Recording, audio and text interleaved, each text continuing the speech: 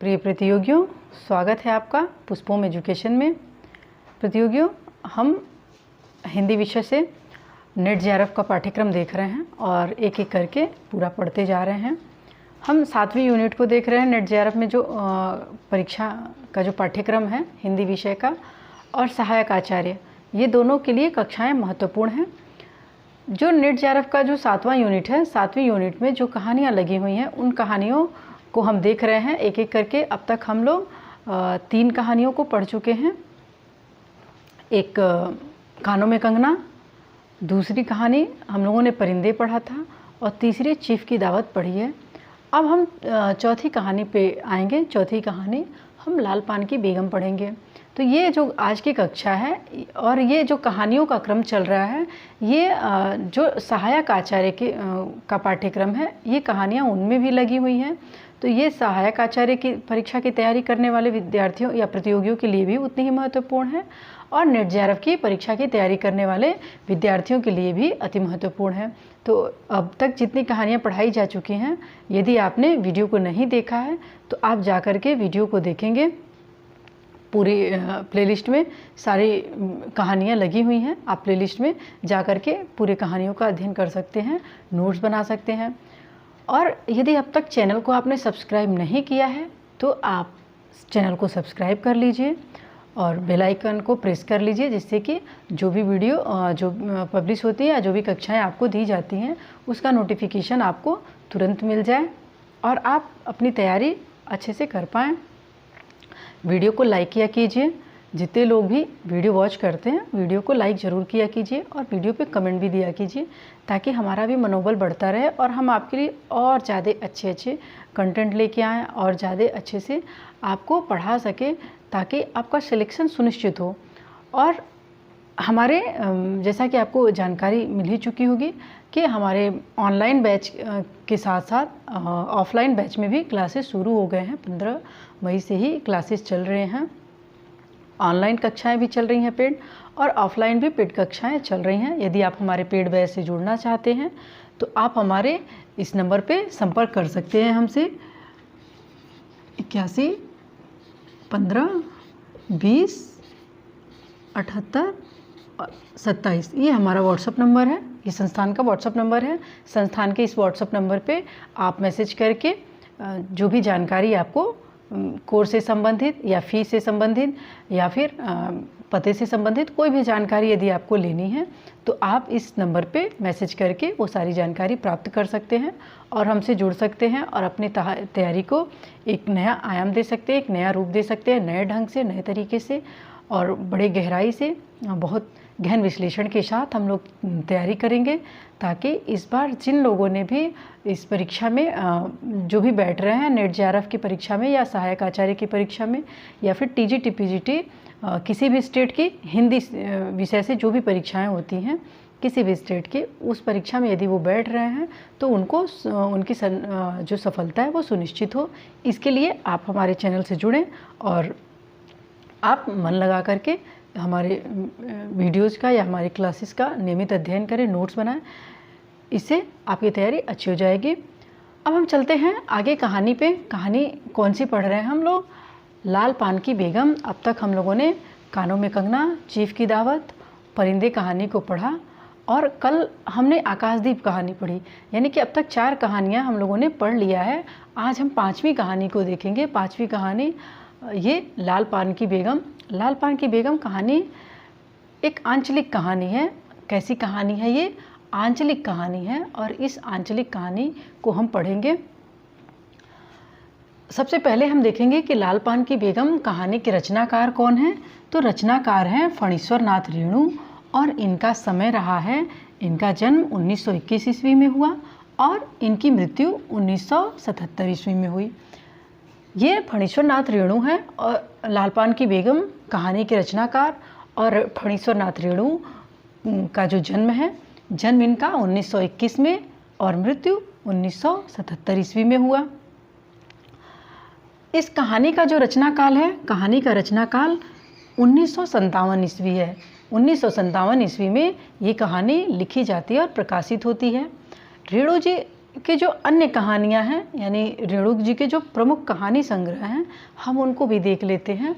ये तो रचनाकार के विषय में हुआ, लेकिन रचनाकार जो फणीश्वर नाथ रेणु हैं, इन्होंने और भी कहानियाँ लिखी हैं, बहुत सारी कहानियाँ लिखी। और इस कहानियों में के क्रम में जो उनके प्रमुख कहानी संग्रह हैं उनको हम देखेंगे। यानी कि इनकी एक कहानी संग्रह, पहली कहानी संग्रह ठुमरी है। ठुमरी रेणु जी के पहली कहानी संग्रह, परीक्षाओं में प्रश्न बनता है यही ऐसे करके कि फणीश्वर नाथ रेणु की पहली कहानी संग्रह कौन सी है। तो पहली कहानी संग्रह ठुमरी है और ये सन 1959 ईस्वी में प्रकाशित होती है। सन 1959 ईस्वी में ये ठुमरी नामक कहानी संग्रह प्रकाशित होती है। दूसरा कहानी संग्रह आदिम रात्रि की महक है और आदिम रात्रि की महक कहानी संग्रह का प्रकाशन 1967 ईस्वी में होता है। तीसरा कहानी संग्रह अग्निखोर है। अग्निखोर कहानी संग्रह 1973 ईस्वी में प्रकाशित होती है। चौथी कहानी संग्रह है एक श्रावणी दोपहर की धूप। एक श्रावणी दोपहर की धूप, ये कहानी संग्रह 1984 ईस्वी में, यानी कि फणीश्वर नाथ रेणु के मरणोपरांत प्रकाशित होती है। पांचवी कहानी संग्रह है अच्छे दिन, और ये अच्छे दिन कहानी संग्रह भी फणीश्वर नाथ रेणु के मरणोपरांत प्रकाशित होती है और 1986 ईस्वी में। लाल पान की बेगम कहानी जो है, ये ठुमरी कहानी नामक ठुमरी कहानी संग्रह जो है, इसी में ये लाल पान की बेगम कहानी संग्रहित है। लाल पान की बेगम कहानी किस में संग्रहित है, किस कहानी संग्रह में? तो ठुमरी नामक कहानी संग्रह में संकलित है। चूँकि नेट जेआरएफ की परीक्षा में ये कहानी रखी गई है, तो इसलिए ये प्रश्न भी बन सकता है कि लाल पान की बेगम कहानी किस कहानी संग्रह में संग्रहित है। तो फणीश्वर नाथ रेणु के ठुमरी कहानी संग्रह में संग्रहित है। ये तो हो गया कहानीकार के विषय में और रेणु जी की प्रमुख जो कहानी संग्रह है उसके विषय में। अब हम लाल पान की बेगम कहानी पे आते हैं। जो लाल पान की बेगम कहानी है, ये कहानी का उद्देश्य क्या है, इस उद्देश्य को हम देखेंगे। यानी अब तक आपने देखा कि लाल पान की बेगम कहानी के रचनाकार कौन है, फणीश्वर नाथ रेणु। इनका जन्म 1921 ईस्वी में होता है और इनकी मृत्यु 1977 में हो जाती है। जो लाल पान की बेगम कहानी संग्रह कहानी है, इस कहानी का प्रकाशन 1957 ईस्वी में होता है। और रेणु जी के जो कहानी संग्रह हैं, पहली कहानी संग्रह ठुमरी है, 1959 में प्रकाशित होती है। दूसरी आदिम रात्रि की महक 1967 में प्रकाशित होती है। और तीसरी कहानी संग्रह अग्निखोर है, जो कि 1973 में प्रकाशित होती है। पुनः एक श्रावणी दोपहर की धूप कहानी संग्रह इनके मरणोपरांत 1984 ईस्वी में प्रकाशित होती है। और पांचवा कहानी संग्रह अच्छे आदमी, ये 1986 में प्रकाशित होता है। जो लाल पान की बेगम कहानी हम पढ़ रहे हैं, ये किस कहानी संग्रह में संकलित है? तो ये ठुमरी नामक कहानी संग्रह में संकलित है। लाल पान की बेगम कहानी का उद्देश्य हम देखेंगे कि इस लाल पान की बेगम जो कहानी है, ये किस प्रकार की कहानी है। सबसे पहले तो ये आंचलिक कहानी है। कैसी कहानी है? आंचलिक। ये आंचलिक कहानी है।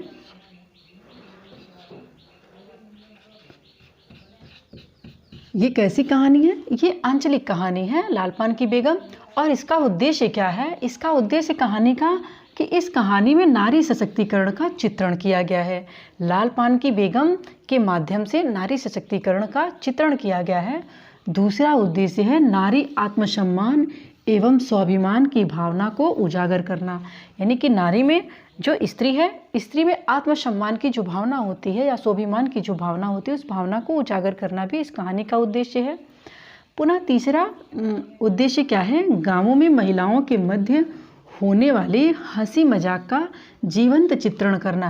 यानी कि जो गांव में महिलाएं रहती हैं, उन महिलाओं के बीच में आपस में कई प्रकार के हंसी मजाक होते रहते हैं समय समय पर।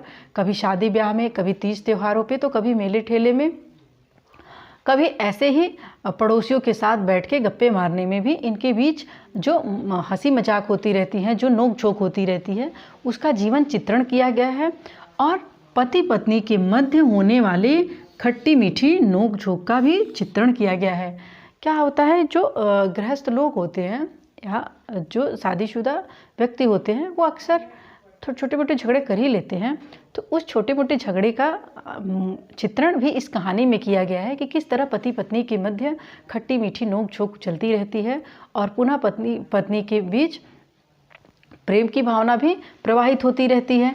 तो इस कहानी में ये भी देखने को मिलता है। ऐसा नहीं है कि छोटे से झगड़े हुए और पति पत्नी अलग हो गए हमेशा के लिए, ये नहीं होता है। पति पत्नी के बीच और उनके बीच जो भी नोकझोंक होती है, छोटे मोटे लड़ाई झगड़े होते रहते हैं, वो खट्टी मीठी नोकझोंक के अंतर्गत रखी जाती है। उसका चित्रण भी इस कहानी में आपको खूब देखने को मिलेगा। और गांवों के मेलों के महत्व को दर्शाना, जो ग्रामीण परिवेश है, उन ग्रामीण परिवेश में कई प्रकार के मेलों का भी आयोजन किया जाता है। यदि आपका जीवन भी सामान्य सा बीता होगा और गांव से आप संबंध रखते होंगे तो आपने देखा होगा कि गांव में छोटे छोटे मेले आयोजित होते रहते हैं समय समय पर। जैसे दशहरा का मेला हो गया, दुर्गा पूजा का छोटा मेला हो गया, या फिर रामलीला मेला का आयोजन किया जाता है बहुत सारे गाँवों में अलग अलग दिनों पे, या शरद पूर्णिमा के दिन या उसके आगे पीछे कभी भी रामलीला आयोजित की जाती है और रामलीला देखने लोग जाते हैं, मेले का आयोजन होता है। तो उसमें उस मेले में तरह तरह के बाज़ार लगाए जाते हैं और उसमें किस तरह बच्चों का उत्साह बढ़ा रहता है। बच्चे ज़्यादा उत्साहित होते हैं मेला जाने के लिए, बढ़िया बढ़िया रंग बिरंगे कपड़े पहन के तैयार होते हैं और पैसे वैसे सबसे पूरे परिवार से कलेक्ट करते हैं थोड़े थोड़े करके कि ये खरीदेंगे वो खरीदेंगे, खिलौने मिठाई इत्यादि। बच्चों में बड़ा उत्साह रहता है। जैसे आप लोग जब एक कहानी इसमें और भी लगी हुई है प्रेमचंद की ईदगाह कहानी को जब आप पढ़ते हैं तो उसमें भी देखते हैं कि हामिद और हामिद की टोली किस तरह से उत्साहित है मेला जाने के लिए। ईद का मेला लगा हुआ है। तो ऐसे बहुत सारे मेले होते हैं जो गाँव में आयोजित होते हैं और कभी कभी शहरों में भी छोटे मोटे मेले आयोजित होते होंगे, मुझे ज़्यादा जानकारी नहीं है। लेकिन जो शहर के मेले होते हैं उसमें जाने के लिए लोग बड़े उत्साहित नहीं होते हैं, लेकिन जो गांव में मेले लगते हैं, गांव के मेले में गांव के लोग जाने के लिए बहुत उत्साहित रहते हैं। तो बड़ा अच्छा लगता है जब कभी ऐसा अवसर आता है कि मेला लगा हुआ है और बच्चे जाने के लिए तैयार होते हैं। तो उस उत्साह को, उस खुशी को जब आप बच्चों के चेहरे पर देखते हैं तो एक अद्भुत सी शांति और सुकून भी मिलता है, बड़ा आनंद आता है। तो उस मेले के महत्व को भी दर्शाया गया है कि मेले गाँव में क्यों आयोजित किए जाते हैं। गांव में मेले आयोजित करने का एक उद्देश्य ये भी होता है कि इससे एक तो लोग बाज़ार से भी परिचित होते हैं। गांव के जो लोग जैसे छोटे बच्चे हैं या महिलाएं हैं वो बाज़ार नहीं जाती हैं, घर में रहने वाली जो महिलाएं हैं वो हमेशा बाज़ार नहीं जाती हैं, तो उन्हें भी बाज़ार के बारे में जानकारी मिलती है, बाज़ार देखने का अवसर मिलता है। और तरह तरह के जो अनुपलब्ध चीज़ें होती हैं, जो दुर्लभ वस्तुएँ होती हैं, वो भी दूर दूर से लोग आकर के अपनी दुकानें लगाते हैं। तो वो उन दुकानों को भी देखने का और अच्छी अच्छी वस्तुओं को जो उनके गांव में नहीं होती हैं, किसी दूसरे जगह से आती हैं, उसको भी देखने का सुअवसर प्राप्त होता है। और लोगों में एक सामाजिक भाव का विकास होता है, सामाजिकता का विकास होता है, सामाजिक गुण का उनके व्यक्तित्व का एक सामाजिक विकास होता है मेले के माध्यम से। जो बच्चे होते हैं, जैसे अब के बच्चे क्या हैं, अब के बच्चे मोबाइल में ही व्यस्त रहते हैं, किंतु जो गांव के बच्चे होते हैं उनके यहाँ समय समय पे जब मेले आयोजित किए जाते हैं तो बच्चे अपनी टोली बनाते हैं और टोली के साथ मेला जाते हैं। इस तरह आपस में मेल जोल बढ़ता है और बड़े बुज़ुर्ग या अन्य महिलाएं भी आती जाती हैं, तो उनका भी आपस में एक दूसरे से या अपने गांव के लोगों से या अन्य गांव के लोगों से भी, दूर दराज के लोगों से भी मिलना जुलना भी हो जाता है और इस तरह सामाजिकता का विकास होता है। परस्पर सामाजिक संबंध जो होते हैं वो और सौहार्दपूर्ण होते जाते हैं। तो ये मेलों का उद्देश्य होता है। आजकल ये मेले थोड़े मृत प्राय से होते जा रहे हैं क्योंकि विलुप्ति के कगार पे हैं। ये गाँव में भी अब कम मेले आयोजित किए जा रहे हैं, वरना पहले बहुत सारे मेलों का आयोजन होता था। ये कहानी जबकि है 1957 की, 1957 के समय ऐसे बहुत सारे मेलों का आयोजन होता था और उसके बाद भी चली है परंपराएं, बहुत दिन तक चलती रही है। लेकिन अभी कुछ वर्षों से ये परंपरा गांवों में भी विलुप्ति के कगार पे आ गई है, बहुत कम मेले आयोजित होते हैं।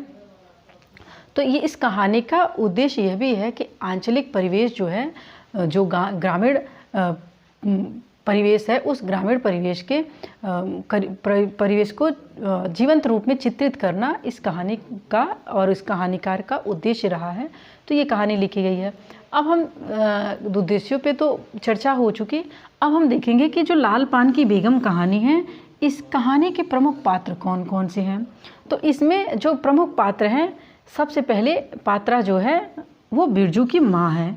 सबसे प्रमुख पात्र कौन है इस कहानी की? बिरजू की माँ है। और बिरजू की माँ इस कहानी की नायिका भी है। बिरजू की माँ का नाम नहीं दिया हुआ है पूरे कहानी में, ना तो बिरजू के पापा का नाम दिया हुआ है, यानी कि बिरजू की मम्मी पापा का नाम इस कहानी में कहीं चित्रित नहीं है। बस बिरजू की माँ और बिरजू के पिता कह के संबोधित किया गया है। यानी बिरजू कौन है?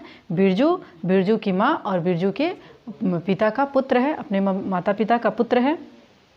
तो बिरजू की माँ कौन है? कहानी की नायिका है। और ये पूरे गांव में लाल पान की बेगम नाम से प्रसिद्ध है और ये सबको साथ लेकर चलने में विश्वास रखती है।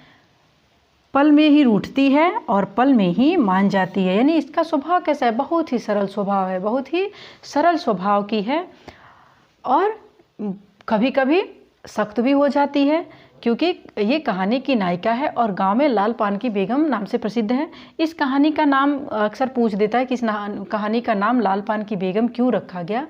तो लाल पान की बेगम और वो जो नायिका है उसका लाल पान की बेगम नाम क्यों पड़ा? क्योंकि वो पूरे कहानी में, यानी पूरे अपने जीवन काल में जो भी उस कहानी में जितना दर्शाया गया है कि हमेशा लाल वस्त्रों को ही धारण करती थी, यानी जो भी वस्त्र पहनती थी वो लाल रंग का ही पहनती थी, इसलिए वो लाल पान की बेगम नाम से प्रसिद्ध हो गई थी पूरे गांव में। और सबको साथ लेकर के चलने में विश्वास करती थी, पल में रूठती थी, क्षण में ही रूठना भी था उसका और क्षण में ही मान जाना भी था। दूसरा पात्र है बिरजू का पिता। और बिरजू का पिता कैसा है? ये एक डरपोक किस्म का व्यक्ति है और स्वयं की इच्छाओं को, चाहत को दबाकर रखने वाला है। कैसा है? ये डरपोक किस्म का इंसान है, अपनी इच्छाओं को दबा के रखने वाला व्यक्ति है। कुछ और पात्र भी हैं हम इस कहानी में, हम उन पात्रों को भी देख लेते हैं एक बार।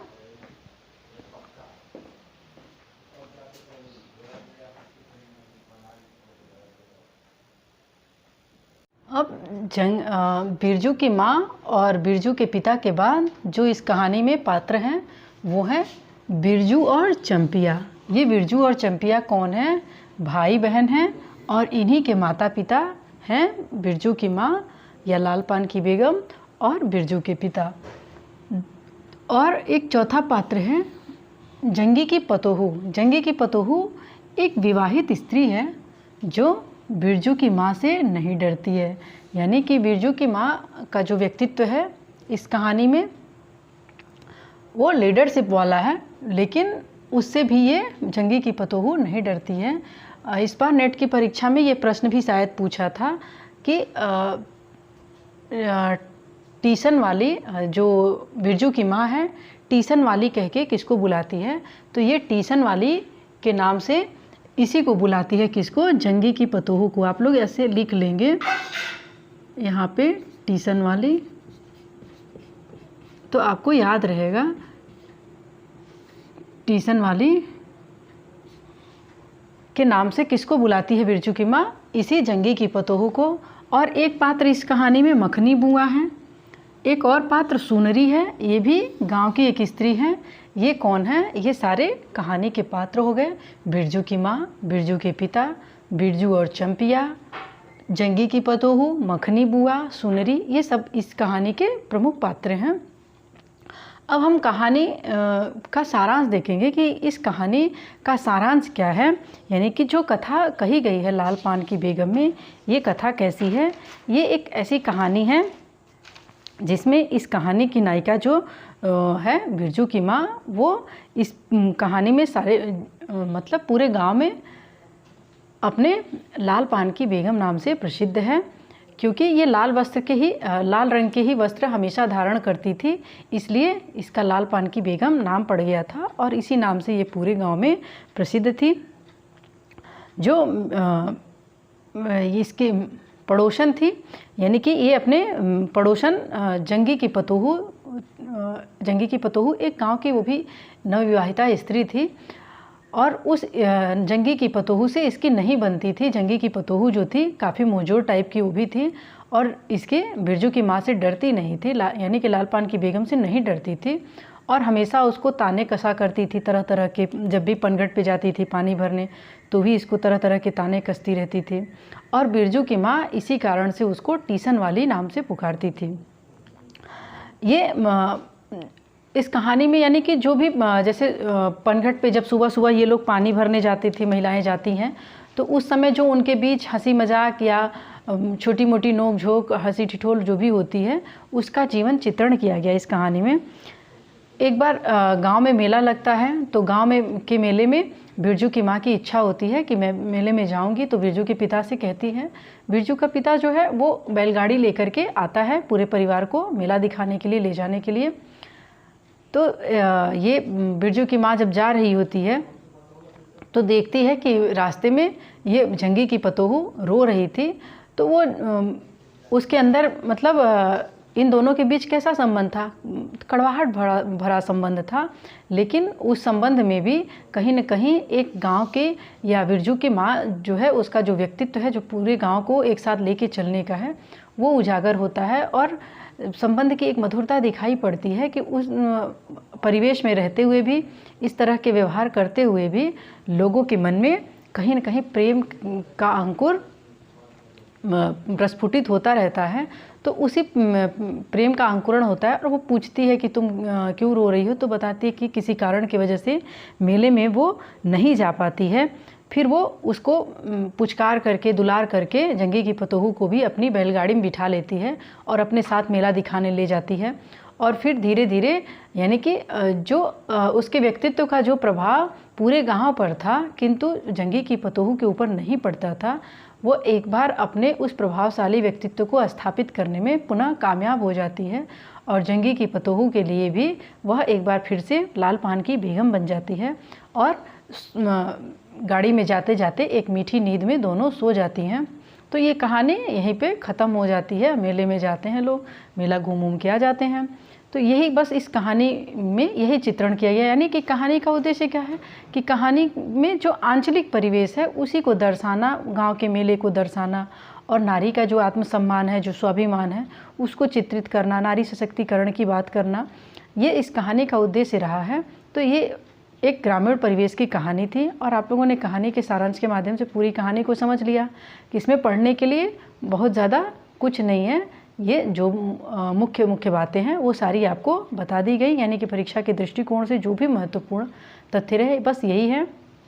आप इसी तरह से, इसी ढंग से कहानी को पढ़ लिए और इस कहानी को पढ़ते हुए यानी कि आपने अगर नोट्स बना लिया है, जो प्रमुख तथ्य हैं वो मैंने आपको नोट्स करा दिए हैं, आपने नोट्स बना लिया है अगर, तो आप बस 5 मिनट में 10 मिनट में रिवीजन करेंगे और पूरी कहानी भी याद हो जाएगी और जो भी उससे संबंधित या परीक्षा की दृष्टि से जो भी महत्वपूर्ण तथ्य हैं वो सब आपको याद हो जाएंगे। अब हम देखेंगे कि इस कहानी जो लाल पान की बेगम कहानी है, इस कहानी के संदर्भ में जो प्रमुख आलोचक लोग हैं उनके कथन क्या हैं। तो पहला कथन देखेंगे कि यहाँ पनघट की लड़ाई और लालसा सब तिरोहित हो जाती है और बच जाती है एक मीठी नींद। यही वह निश्चल मानवीयता है जो रेणु की प्रायः प्रत्येक कहानी के केंद्र में है। ये डॉक्टर विनय मोहन सिंह का कथन है, परीक्षा की दृष्टि से महत्वपूर्ण कथन है। आप इसको लिख लेंगे और याद भी कर लेंगे कि डॉक्टर विनय मोहन सिंह ने इस कहानी के संदर्भ में क्या कहा। जैसे कि कहानी में दोनों स्त्री पात्राएं अंत में एक मीठी नींद में सो जाती हैं और दोनों के अंदर परस्पर प्रेम का भाव उत्पन्न होता है और सहृदयतापूर्वक दोनों एक साथ मेला देखने जाती हैं। तो ये यहाँ पनघट की लड़ाई और लालसा सब तिरोहित हो जाती है। पनघट पे अक्सर पनिहारियों के बीच लड़ाई झगड़े होते रहते थे, लेकिन यहाँ पे क्या है, यहाँ इस कहानी में एक जगह दिखाया जाता है कि पनघट की लड़ाई और लालसा सब तिरोहित हो जाती हैं और बच जाती है एक मीठी नींद। यही वह निश्चल मानवीयता, यानी कि निश्चलता दिखाया गया है हृदय में, कोई छल कपट नहीं। हमेशा हर रोज़ नोक-झोंक करते रहते थे, ताने एक दूसरे को दिया करते थे, पनघट पे पानी के लिए भी लड़ाई करते थे, लेकिन फिर भी उनके अंदर कोई द्वेष की भावना नहीं, ईर्ष्या की भावना नहीं है, बल्कि उनकी निश्चलता है, निश्चल मानवीयता, यानी कि मानव स्वभाव है छोटी छोटी बातों पे तो कभी क्रोधित हो जाना और कभी मान जाना। तो उसी निश्चल मानवीयता का वर्णन इस कहानी में है और ये जो रेणु जी की प्रायः प्रत्येक कहानी के केंद्र में मिलती है। ये डॉक्टर विनय मोहन सिंह का कथन है, आप लोग इसको नोट कर लेंगे, याद कर लेंगे। दूसरा कथन है, फणीश्वर नाथ रेणु की कहानियाँ हमें एक ऐसे हिंदोस्तां की अंतर यात्रा पर ले जाती हैं जो अभाव, अज्ञानता, अंधविश्वास, मजबूरी और बेबसी से घिरा है, किंतु इन सब के बावजूद जिसमें भरपूर रस रंग और फड़क के साथ जीने की ललक है, यह ललक ही रेणु की रचना भागीरथी का उद्गम गोमुख है। ये कथन डॉक्टर मनमोहन गुप्त का है। मनमोहन गुप्त ने क्या कहा इस कहानी के विषय में कि फणीश्वर नाथ रेणु की जो कहानियाँ हैं हमें एक ऐसे हिंदोस्तां के अंतर यात्रा पर ले जाती हैं जो अभाव, अज्ञानता, अंधविश्वास, मजबूरी और बेबसी से घिरा है, किंतु इन सब के बावजूद जिसमें भरपूर रसरंग और फड़क के साथ जीने की ललक है, यह ललक ही रेणु की रचना भागीरथी का उद्गम गोमुख है। यानी कि इस कहानी में क्या है, आपने गांव की पनिहारिनों का चित्रण देखा। गांव की पनिहारिनें ज़्यादातर अशिक्षित ही हैं, ज़्यादातर क्या मैक्सिमम पूरे अशिक्षित ही हैं, क्योंकि सन 1957 की ये कहानी है और उस समय के ग्रामीण परिवेश का चित्रण किया गया है जिस समय नारी शिक्षा लगभग 1-2% में थी। तो उस समय में इस कहानी के बीच जो कहानी में जो भी परिदृश्य आपको दिखाए गए हैं वो ग्रामीण परिवेश का है और ग्रामीण लोग अभाव से भी जूझते हैं, अज्ञानता से भी जूझ रहे हैं, अंधविश्वास भी उनमें व्याप्त है, मजबूरी भी है और बेबसी भी है। किंतु इन सब के होते हुए भी उनमें उन पात्रों में क्या है, ग्रामीण लोगों में क्या है, रस और रंग के साथ जीने की ललक है, फड़क के साथ जीने की ललक है। यानी उत्साह, फड़क मतलब उत्साह के साथ जीने की और सारे रस रंग यानी कि आनंद के साथ और आनंद के साथ जीने की उनमें ललक है और यह ललक ही रेणु की रचना भागीरथी का उद्गम गोमुख है। यानी कि उनके प्रत्येक कहानियों में ये सब कुछ देखने को मिलता है, उनके कहानी में जीवंतता होती है। तो ये डॉक्टर विनय मोहन का कथन है। और तीसरा कथन है, लाल पान की बेगम गांव में बसी निश्चलता एवं उदात्त मानवीय भावनाओं की कहानी है। ये कथन है डॉक्टर गोपाल राय का। ये भी बता रहे हैं कि गांव में क्या होता है, गांव में निश्चल भावना से लोग रहते हैं, निश्चलता होती है और उनमें मानवीय भावनाएं उदात्त कूट की होती हैं। तो उदात्त मानवीय भावनाओं की कहानी है लाल पान की बेगम, गांव में बसी निश्चलता एवं उदात्त मानवीय भावनाओं की कहानी है। ये कथन डॉक्टर गोपाल राय का है। तो ये तो हो गए महत्वपूर्ण आलोचकों के महत्वपूर्ण कथन इस कहानी के विषय में, और ये कहानी यहीं पे समाप्त होती है। तो आज आपने 5वीं कहानी पढ़ी लाल पान की बेगम। आपको कहानी कैसी लगी और अब तक कहानियों की श्रृंखला में जितनी भी कहानियाँ पढ़ाई गई हैं वो कहानियाँ कैसी लगी आपको, आप कमेंट में ज़रूर बताएंगे। एक बार पुनः वीडियो को चैनल को सब्सक्राइब नहीं किए हैं तो सब्सक्राइब कर लीजिए, वीडियो को लाइक कीजिए, कमेंट कीजिए और शेयर भी कीजिए, ताकि यह बहुत सारे विद्यार्थियों के पास, सभी विद्यार्थियों के पास, सभी प्रतियोगियों के पास यह पहुंच जाए और इस चैनल के माध्यम से वो लाभ ले सकें। और यदि आप बैच में एडमिशन लेना चाहते हैं तो हमारे व्हाट्सएप नंबर्स पे हमसे संपर्क कर सकते हैं। आज के लिए इतना ही, मिलते हैं अगली कक्षा में एक नए टॉपिक के साथ। धन्यवाद।